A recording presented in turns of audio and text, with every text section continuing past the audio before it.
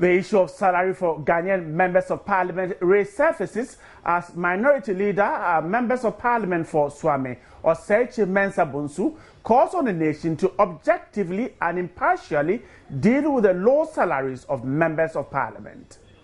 As we speak, in Ghana, the take-home salary of MPs in Ghana is less than $2,500, which does not compare to the $10,500 of Kenyan MPs, $7,200 of Tanzanian MPs, $7,100 of Nigerian MPs. Indeed, in the West African sub-region, it is only Guinea-Bissau whose MPs are worse off in remuneration than Ghana's MPs. At the Fourth Liberty Lectures organized by the Dankwa Institute in Accra, Osei Chairman Sabonsu stated that MPs must be adequately resourced to help fight the fight against corruption. The minority leader of parliament also lamented that unlike ministers of state who are provided with vehicles to work which is purchased, serviced, maintained, fueled and chauffeured at the expense of the state, MPs on the other hand have to take loans to buy vehicles to perform their statutory function. According to him, Ghana's MPs continue to be among the worst paid in Africa, although they do most of their work for the citizenry.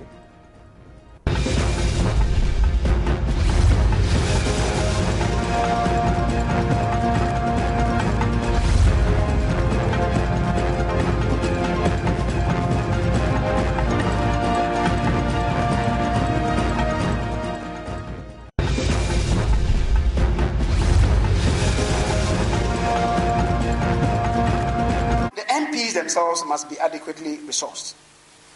A minister of state is provided with a cross-country vehicle and a saloon car to work. These are purchased, serviced, maintained, fueled, chauffeur-driven at the expense of the state. The MP who is to ensure that the ministers and indeed all the MDAs behave as expected has to take a loan to buy a vehicle to perform his statutory functions. And even then, he is descended on and scavenged. How do the citizens expect members of parliament to perform their functions? Today, as we speak, in Ghana, the take-home salary of MPs in Ghana is less than $2,500, which does not compare to the $10,500 of Kenyan MPs, $7,200 of Tanzanian MPs, $7,100 of Nigerian MPs. Indeed, in the West African sub-region, it is only Guinea-Bissau whose MPs are worse off in remuneration than Ghana's MPs. Maybe the nation must confront this and objectively and impartially deal with this. My name is Bright Nanafo. Thanks so much for staying there for us on today's big story. The issue, the salaries of Ghana's members of parliament. I have on the phone lines the Honorable Member of Parliament for Subi, Mr. Isaac Osei, and a development consultant, Ebenezer Ama Anoa. But let me first speak to the Member of Parliament for Subi, Mr. Isaac Osei. Thanks so much for your time. Now, you think that we pay MPs well, and it's a long way in helping to fight against corruption. That is, what do you think? Well, I don't think the remuneration of the MPs can be considered as adequate in comparison to other countries. But I think you are taking this from Osei Mensah's lecture yesterday. Exactly. But in fact, that was not the most important aspect of the lecture. The most important aspect was Parliament's oversight or lack of it over the executive so far as corruption is concerned. I think that is the crux of the matter, and I would have hoped that you will concentrate on that area. The salary matter was something he said in passing. Right. And as far as you are concerned, it is not a worry. Is that what you are saying? Well, it may not be worrying for me personally, but I think that a lot of people do complain. What is worrying for me personally is the fact that I, as MP of Subin, I represent about 80,000 people in the electorate, whereas some other member of parliament represents only 20,000. Right. In spite of the constitutional provisions, Article I think 37(7), which says we should use the population quota. Democracy, as Osei Mensah Bonsu said, it's about people. It's not about landmass or animals. It's about people. And that is what we should concentrate on, so that we can have a fair representation. You know, if the average is 30,000, then more or less, you know, each constituency should have 30,000. It cannot be that some constituencies have 100,000, others have just 20,000. It is not correct. And it also doesn't make sense that 123 MPs, you know, of the opposition, MPP, garnered more than 100,000 votes than the 140-something MPs of the NDC. There are problems. We have to look at that. It is also clear that it is a corruption of the democratic process. When you say corruption of the process, do you think that perhaps... I didn't say corruption is a process. The corruption of the process. I'm saying that the fact that we do not have equal representation for all, you know, corrupts the process that we're trying to develop on the basis of the fact that democracy is about people. Right. Now, I want us to stay to this particular issue because the concern is that the challenges of the MPs emanate from the fact that they lack the needed resources in terms of vehicles, in terms of offices, in terms of even their remuneration, and perhaps it accounts for some of the troubles, the challenges they go through in their work.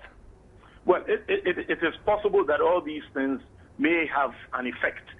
You've mentioned remuneration, which was mentioned yesterday. But, you know, the vehicles, there's some solution because there are loans which are available for those who want to access those loans to acquire vehicles. Of course, deductions are made from our salaries on a monthly basis, and we have other incidentals we have to take care of ourselves. Right. You know, there's nothing like a petrol allowance. You have to buy petrol. There's nothing like a driver allowance. You have to pay for the driver, and so on and so forth. But that is not the issue. What worries me is the fact that up to now we don't have offices. Many people operate from their booths, and their booths become offices. I don't think it is good enough. No. If I had an office and I did not have a car, I would have a place where I can do most of my parliamentary work and most of my research before I get into the floor of Parliament. I will place office space as number one. Some colleagues will also place transport as number one. Do you think that perhaps members of parliament should be given the opportunity, should be adequately remunerated so that they can put up their own offices, rent their own offices? Well, I have my own office, but there are not many who have their own offices like me. My constituents, when they come to Accra, can come to my office. When they come to my constituency, they can come to my office. Because I feel that that's the best way I can operate, you know, on behalf of my constituents. But there are many MPs who probably cannot afford that. Because their salaries are low, according to the minority leader. No, the reason is not because their salaries are low. But he is saying that MPs ought to be better remunerated. And even cited the incident, he put certain comparisons about Kenya and other countries. But I think the crux of the matter, which you talked about, is how we can improve our oversight responsibility to limit the incidence of corruption, which is engulfing this country. Perhaps that really is the crux of the matter. Yes, Mr. Isaac Osei, yes. Perhaps the poor remuneration of members of parliament that was raised by Mr. Osei Mensah Bonsu is responsible for the MP's inability to properly check some of these things that you're talking about. It could be. It could also be that because members of parliament are unable or somehow stopped from moving private member motions, and that because of the constitutional provision which says that if there is some charge on public accounts, this has to be moved by the executive. There are many issues, constitutional issues, which he laid out. As for the salaries, it was just one of the things he mentioned. Exactly, it's true. But I'm asking, there are more important matters which I believe that should engage our attention in public debate on the incidence of corruption and how Parliament can exercise its oversight responsibility. Those are the issues I think we should talk about. Exactly, but the concern of the public is that sometimes the MPs themselves put it across to the public that they are more concerned about issues dealing with their welfare, perhaps better than other things, because we see them when it comes to... go ahead. For example, you started by talking about salaries, but that was not the most important thing. So, you know, as a public, we seem to be interested in what somebody is getting and all that, but that is not the issue. The issue is that we don't have places to work. You know, the issue is that there are constitutional barriers to what we can do, and there are limits, you know, of what we can do. So there are many, many other issues which I think should engage our attention. But do you think that Ghanaian society should take a second look at perhaps what is running into the pockets of members of parliament? So what is running in? I think they should take a second look at what is exiting from the pockets of members of parliament. How much is exiting from their pockets? Pardon? How much is exiting from the pockets of MPs? Oh, it's exiting. Oh, I think practically everything that you receive, you know, is going. So it means that what is running in, it means that what is running in is not enough. You see, it's because of the wrong perception of what an MP should do. Our basic job is legislating, to make laws for our country, good laws, so that we can all be the ultimate beneficiaries. But some people believe that the MP has to deliver everything. The MP has to deliver roads, an entire responsibility of the executive. Some people feel the MP has to pay school fees. This is not really the responsibility of the MP. Even though if he has access to some funds, he can use part of the funds to assist poor and needy, but very good students. I think the MP can do that. But he cannot, you know, for example, support the people who somebody is going to marry a second wife, and then he comes to his MP and says that I'm going to marry a second wife. That sort of thing has to stop. And the MPs should have the peace of mind to continue with the legislative business. That is what we are there for. Now, let me pick your brains on this. Now, the 2013 budget, like you said, talks about providing MPs with constituency offices. Just some few days to the end of 2013, like you said earlier, the offices are not in. You are operating your own office. How do you feel as a member of parliament? You sat in that reading of the budget last year, and the Minister of Finance told you that 2013 we are providing offices for MPs. It has not come. It doesn't look like it will come. Or you are still hoping it will come before the end of December? Well, let me tell you one thing. One thing is that this government has made a lot of promises, but has failed to deliver. And this is just one of it. Look, the entire country at the moment is suffering. We are engulfed completely with corruption. Even the stench of Lavender Beach in Accra will not cover the corruption that we have in here. And then now we have Hammergate or what you call WikiLeaks and all those things. These are things which must engage the attention of Ghanaians so that all of us together, you know, when we talk about corruption, what worries us, it's not the petty corruption of the policeman in the street. What we are worried about is what goes into the development plan. You know, when officials, senior officials are engage themselves in corrupt actions, it means that the 20-kilometer road now becomes 10 kilometers. It means that 2 hospitals now becomes 1 clinic. Those are the issues that should engage our attention as a country if we want to move forward, you know, in progress and development. And you have confessed that Parliament is unable to properly have an oversight responsibility over all these. I think all of us as Ghanaians, because Parliament, you know, constitutes that platform for all the representatives throughout the country, it is an opportunity for us to look at the excesses of the executive and check those excesses. We have faulted constitutionally. I think we ought to do something about it now. And I think the public should begin to talk about these matters and not, you know, this or that indiscretion. I think that really the fundamental things about what goes into the development budget, which should engage our attention. Why can we not build 10 hospitals and we have to build 5? There are leakages in the expenditures that we are making. These are the things that I think many of us should be concerned about. But finally, you don't think that perhaps MPs' demands are too much, and so perhaps it also a drain on government coffers? I don't know if the MPs have made any formal demands. I don't know about that. Well, they are accommodated.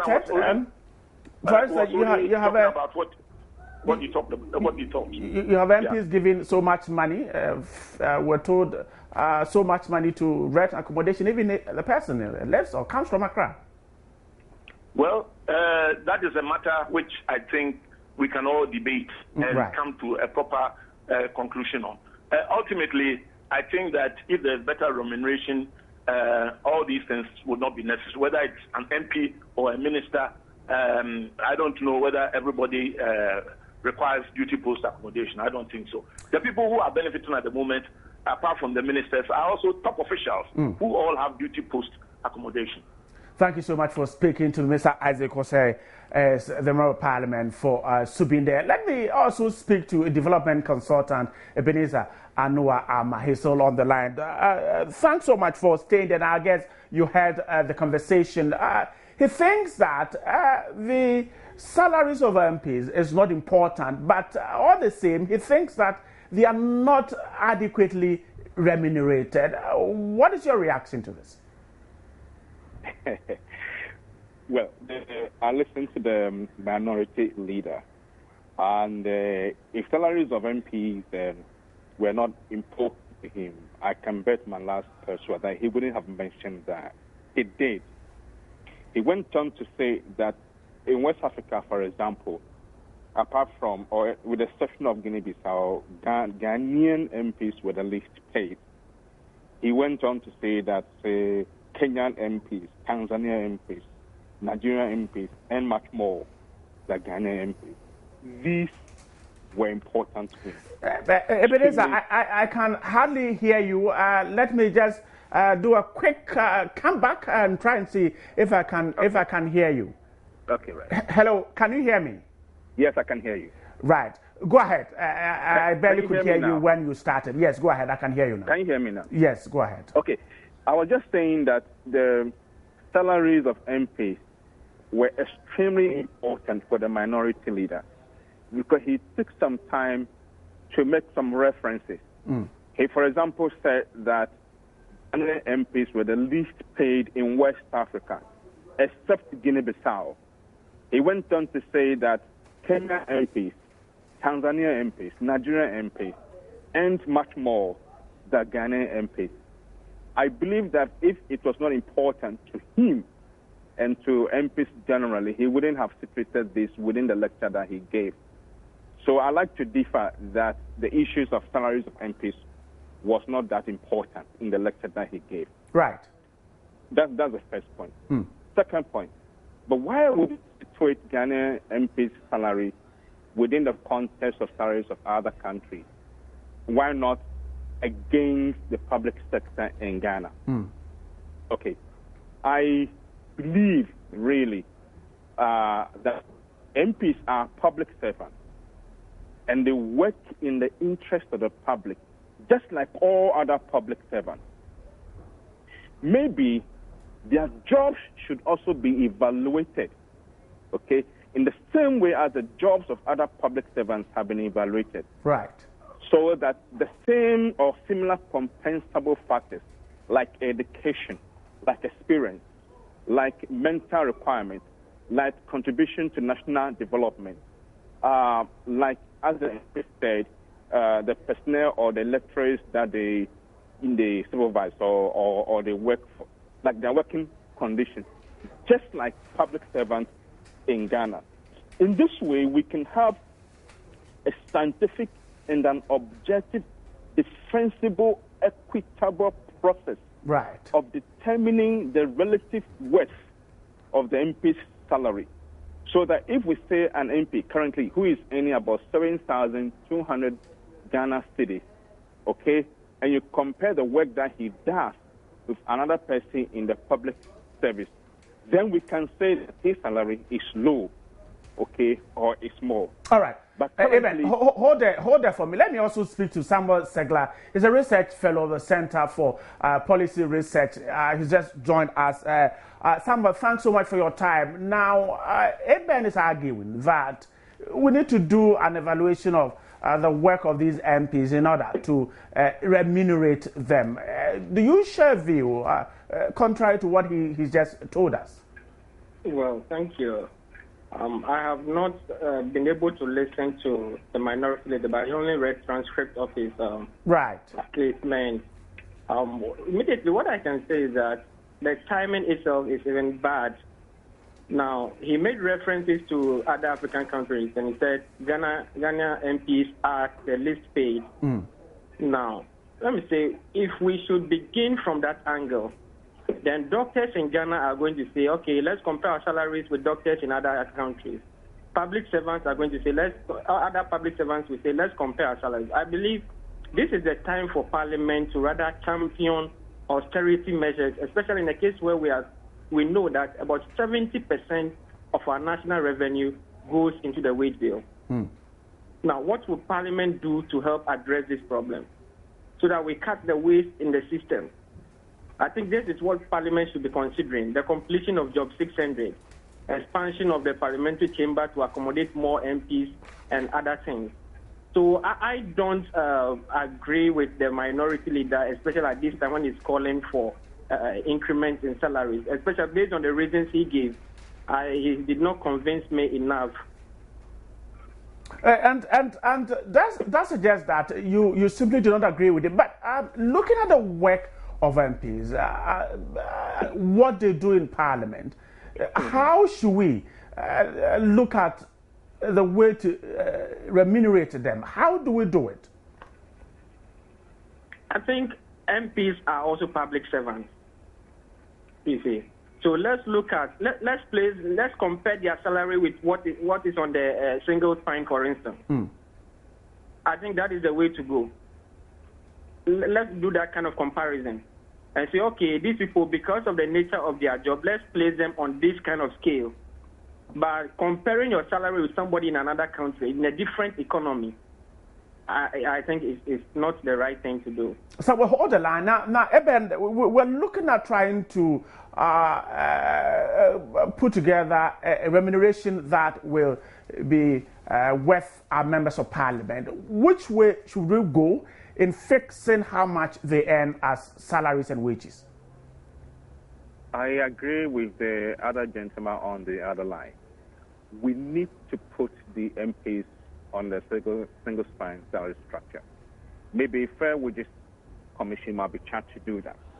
And the process of doing that is to evaluate their jobs, just like all other jobs for public servants have been evaluated. Then we'll be able to say that given the kind of experience they have, the kind of work they are doing, the complexity of their work, the mental requirement, the physical requirement, then they will be put at a certain scale, and then we can compare them with those in the public service.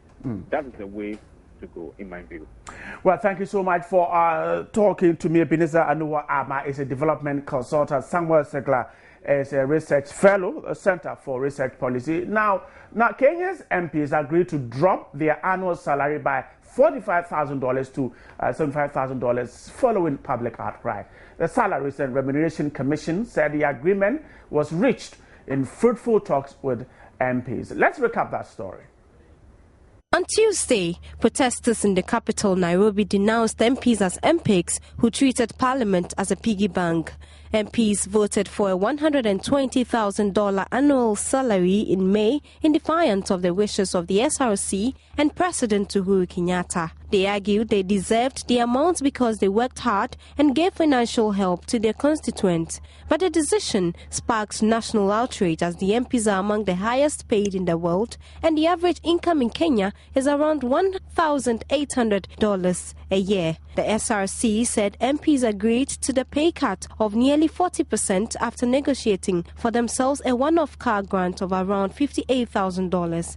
It was a more viable option than providing the $450,000 116 MPs with chauffeur-driven cars. The SRC added the MPs would also receive hefty pension benefits. MPs in the previous parliament awarded themselves a $107,000 retirement bonus in one of the last sessions before the election. That was in Kenya, where what happened when the MPs agreed to perhaps cuts in their salaries. That's how we're wrapping up the first part of the show. GN Interactive is coming up, and time now for you to join the discussion. Go there to our social media platform and tell us what you think about the issues we're raising here. Marianne is joining me right after this, and we'll get into the interactive mode. Stay with me. I'm coming back in a moment.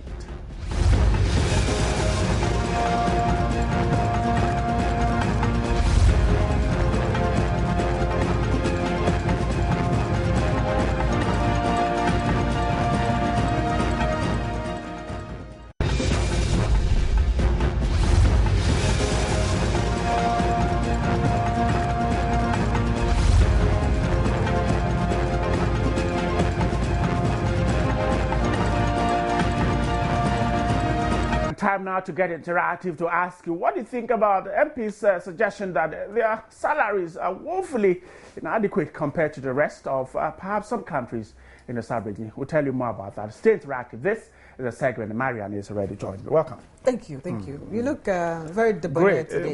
We're hitting the mid-week, and so gradually getting to the end of the week, and so gradually your excitement is building. Yeah, for Friday night. Exactly. Club beer. Exactly. Right. So MPs think that compared to their colleagues in other parts of the sub-region, their salaries are woefully inadequate. Well, that could be true. But then I am sure that the minority leaders' issue is rather with the ministers of state.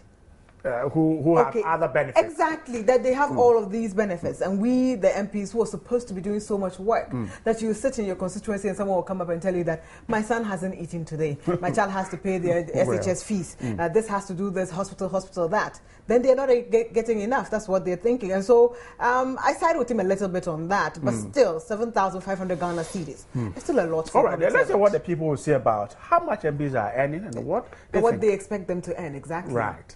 Welcome. Thank you so much. Welcome to JN Interactive. My name is Marian Toure.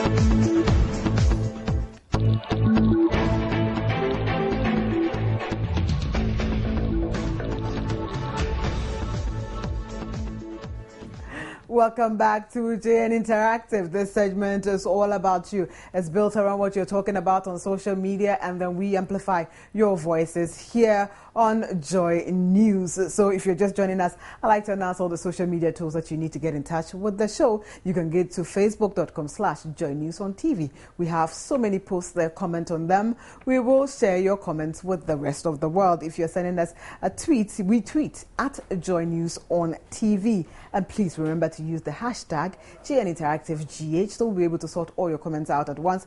And it is the hashtag to also follow. I am on Twitter too, and I tweet at MN2Ray, and the email address to use will be joynews@multitvworld.com, and our WhatsApp number is 0260518801. So that is where you can send all of your, your pictures and anything which is image related, so that we can project them also and share them with the rest of the world.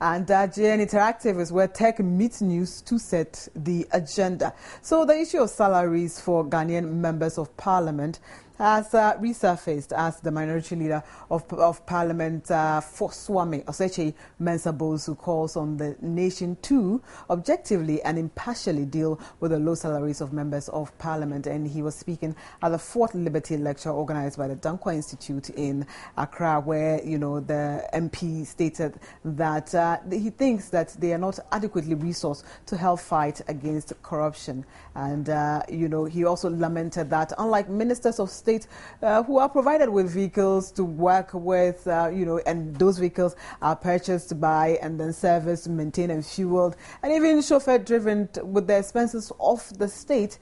Unlike those people, the MPs, on the other hand, have to take loans to buy vehicles to perform their statutory functions. And according to him, Ghana's MPs continue to be among the worst paid in Africa, although they do most of the work. And whether you agree with them or not, we have posts, you know, on social media to ask you, do you really agree with his assertion that, you know, they are the worst paid, considering that they are earning 7,500 Ghana cedis, which is some $2,500 a month as a civil servant, as someone who has been, you know, elected to go and then serve the nation. And some of the electorates are not even earning 20%, 50% of that money. Should he even be saying that in the first place? And so we have so many things that are happening on social media. Please comment on it. But we'll go and take our first video blog. And we've been asking you what you think about the statement in its entirety. Let's take our first video blog. Well, I beg to differ.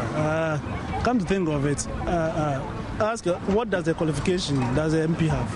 Okay, is it a degree, a diploma? What does he have? And ask yourself, this National Service Secretariat, there are graduates here. How much do they receive? Some are even unemployed. And he's saying that they are worst paid. They are receiving over 70 million cedis. And he's saying they are worst paid. How much does he want them to be paid?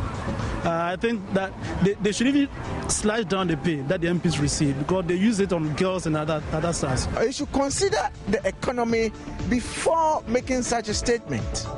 You know, if the economy is buoyant, if it's not an ailing economy, you know, and it's a robust economy, then he can make such a demand. But the economy, all that we can do is to pay salaries, you know, and, you know, we are marking time, you know, with regards to development, you know, infrastructure, roads and hospitals and other things. We are marking time because the economy is not too good for us to do that.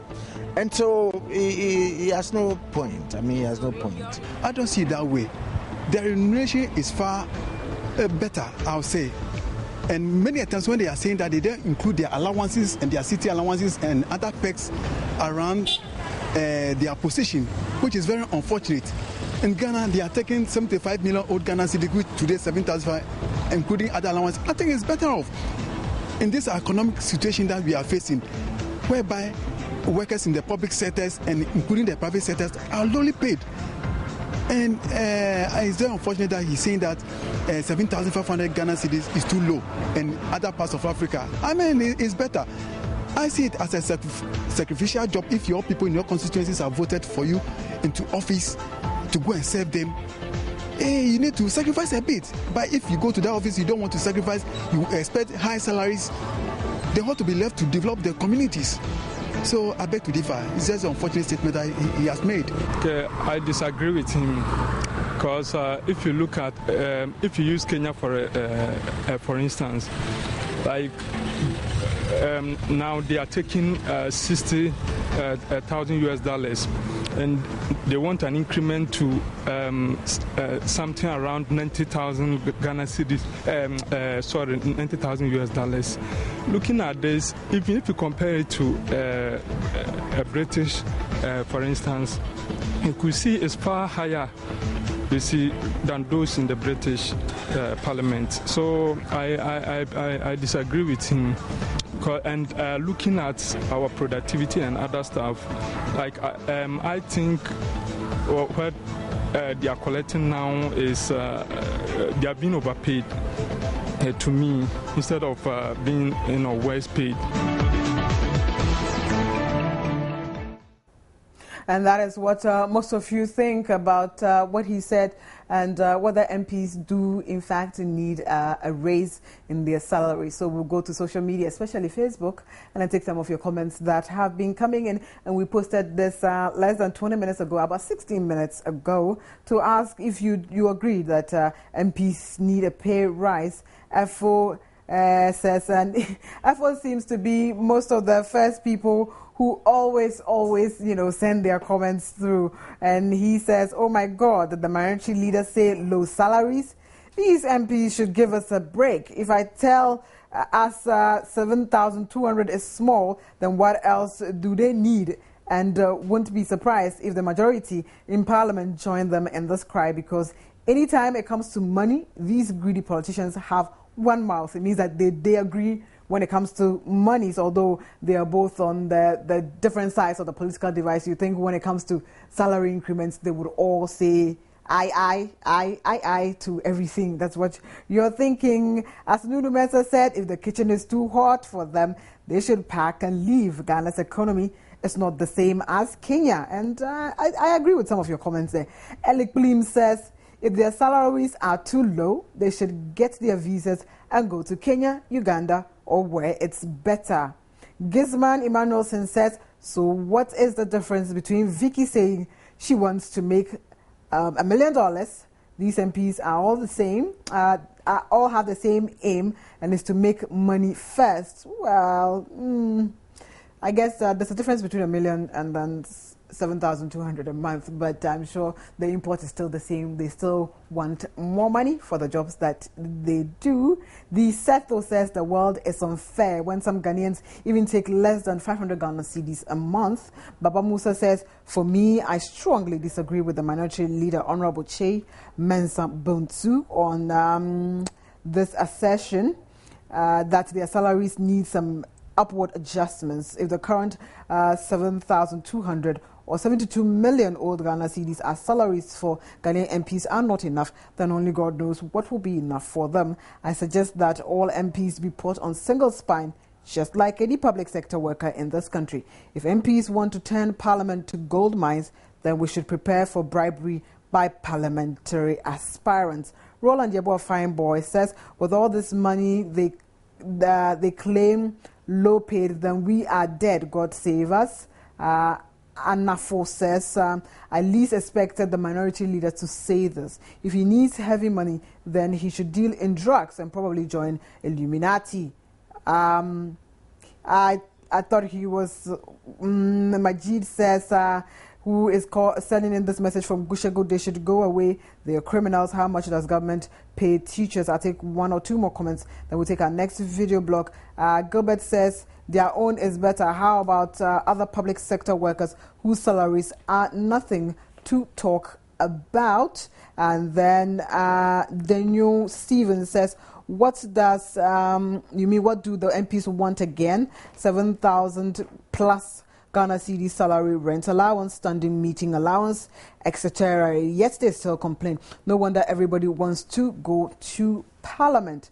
So we'll take our next video blog, and we are asking in our next video blog whether the amount that they're receiving right now for whatever job they're doing, is it, when you weigh them, are they giving us their best to even warrant what they're receiving at this particular moment? And you sent in your video blog. We'll take that, come back, and take some more of your comments. The pay that they are receiving is the best. Looking at the economy that we are operating in Ghana, there was a time that the president said that the economy is fragile, and so all that we have is used in paying salaries. And look at such an economy. Can we pay more than we are paying now? I don't think so. So what they are getting is about the best that the government can give them. But they cannot, make demands that are, excuse me my language, unreasonable, looking at the economy. Something less than 50, as in 5,000 Ghana cedis. 5,000. Yeah, even that one is enough. I mean, the stimulus plan should affect them as well. the singles money should affect them as well. But because of the nature of their job, if they should be paid 50, I think it's enough. So if they are saying the 70 million plus is the worst pay in Africa, then I think they should look for other jobs. Presently, the 7,500 Ghana cedis need to be maintained for some time. I don't see there's need for any increase because the poverty right now swallowing majority of people in this country, and they are asking for more. Then they are not there for the people. They are there for their own, excuse me to say, selfish interest. But if they are feeling for the people even to make 3 square meals a day, I mean, being utility bills, these are the things that they need to focus on and make life bearable for majority of we the people. But if they go and sit down in parliament and be asking for more increase in salaries and allowances, I beg to differ. In this present harsh economic situation, they need to change their stance. The better for the country. I think the 75 million that they are taking, I think it's okay, because looking at the economic situation, when you go to the market, things are costly. Formerly, when you go to the market, things are cheap, but nowadays everything is expensive, so their salary should be increased. If junior doctors are taking 20 million a month and senior doctors are taking 16 million a month, they are saving lives. I don't know what parliamentarians actually do.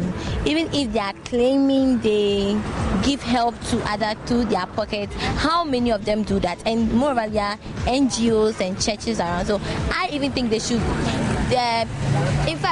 receive 40 million a month, because I don't actually see what they actually do. They even have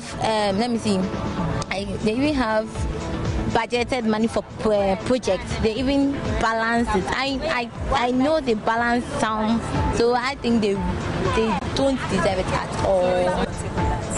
Well, I don't think they are worse paid. I think they are paid enough, because the average Ghanaian is not earning much. But well, I think it's good for them because they are working for us. Let's say they are the engine of the country. So they need everything good to make them run the country well, because we can't give them maybe some less money for them to go there, not work well for us, then they will be cheating outside. So the money they are getting is enough. They can manage it because they get aside other contract tips and stuff everywhere. So for me, I think it's very, very okay for them. Welcome back. We are actually trying to reach Theodore Zebele, who is the head public affairs for the Center for Democratic Development, but we are not able to reach him. If we are able to reach him, we would put a few questions to him so that he can, give us some education, as we always do here on JN Interactive. I will take some more of your comments before we go and take our final video blog. And Richie says, capital no, Ghanaians shouldn't buy this idea. I am IC says, was it not the same MPs who stated that other workers should not compare their salaries to theirs, since the work they do is different from what other workers do? Why are they now comparing themselves to ministers? Okay, so what is good for the goose is definitely good for the gander. Kwame Delali says, if the country is hot for them, then they should take their passports and leave. And I see most of you are echoing Mr. Nunu's comments here. Usma says, I'm very disappointed. Hey, black man. I'll take my final comments before we go and take our last blog. Saidu Anas, I totally disagree with the minority leader. It is the salary of MPs that spark almost all the labor unrest. MPs are taking fat salaries and yet they are complaining. I think it is time they give us a break. MPs are not important than any other worker in this country, and that is what you think. So in our final video blog, we are asking you to, pay them. If you were to pay them, how much would you pay them? So how much do you think they're really worth? Let's take our last video blog. In my opinion, they are not doing the best. It seems they are disappointing with the people who have voted them into office. Their oversight responsibility over government is woefully low. They should do better. They should do better, because a whole lot of corruption in government, environment, and a host of other issues, problems, challenges in various sectors. They are not performing. They are not performing, I'll say. They need to do work very hard. And because of those attitude, it's making many people to lose confidence in them. and the politics in general. People to stand up and vote for politicians. In fact, people are losing interest in politicians. You can do your survey and you find out that people are really losing confidence in them. They need to back up and change their ways. They are giving out their best because currently we don't hear much of this chief executives. All that we hear is of this MP. This MP has done this. This MP has done this. Especially, I come from this place, Aguna East, Mami Pokuam. We hear of her a lot. She has been doing this. She has been doing this. She has been doing that. So I think they deserve them the 75 million. They deserve it. They deserve it. They are not giving their best. I mean, look at what they are doing and the amount of money they are receiving. When they go to the Parliament House, the only thing you see them coming to a consensus is when there is money. Okay, they all go there to defend their parties, not the interest of Ghana. You understand? So I think they are even overpaid. I don't actually see the effects of our parliamentarians in this country. In fact, recently I heard Ghana has been ranked the 5th corrupt country. So if they are able to tell us what they do, if they are able to give us a report on what they actually do with their monies, then we might reconsider giving them a raise. But for now, I don't think they deserve even the 75 million, whatever they are taking right now. I am asking for a decrement, so everybody's entitled to their own opinion. So I think you might ask others. For my opinion, they don't deserve it. Well, I would say they are not giving their total best, less than 100%. I'll rank them maybe around 60% because there is more they can do. So we are expecting more from them, not the less they are doing. Though they are doing their best, but there's more to be done. You know, like if you look at sanitation, water, and other problems, that's engulfing us.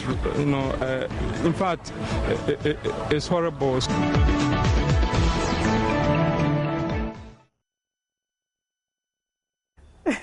I particularly like the young lady's take on everything, very opinionated and saying, no, I don't think this, I don't think that. That is what we do here. We give you the platform to say what you want to say, exactly the way you want to say it without fear or favor. So this is JN Interactive. I'll take some more of your comments before we leave. And Wisdom Jerry John says, I am waiting patiently for 2016 that they will ask me to vote for them. Harriet Empress says they should leave the country to Tanzania and Nigeria for higher salary. Rafael Armani says they are in Parliament doing nothing and getting 7,500 Ghana cedis a month with every sitting allowance, eating free, petrol free, and see how they are in the streets suffering. Yet you come sit in the radio talking as if, and then you have put and I am glad that you reserved that part. I reserve my comments, see how people are struggling for jobs. Fifi Junior says, how do some politicians,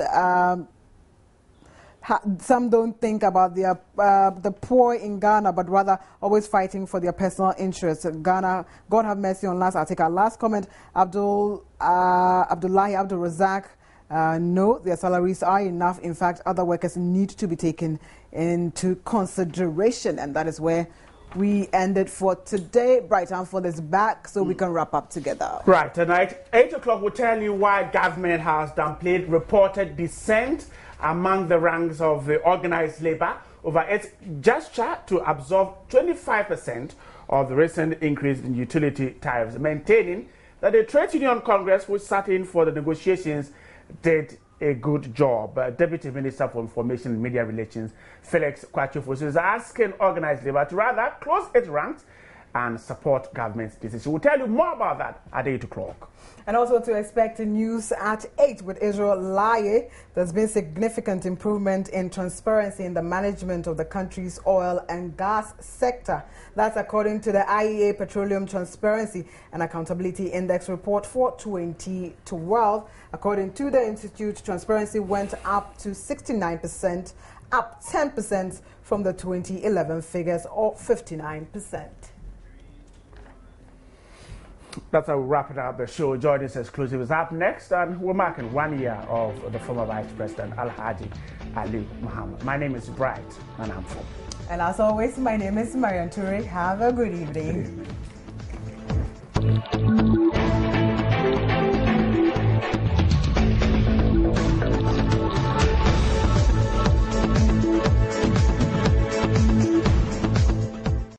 evening.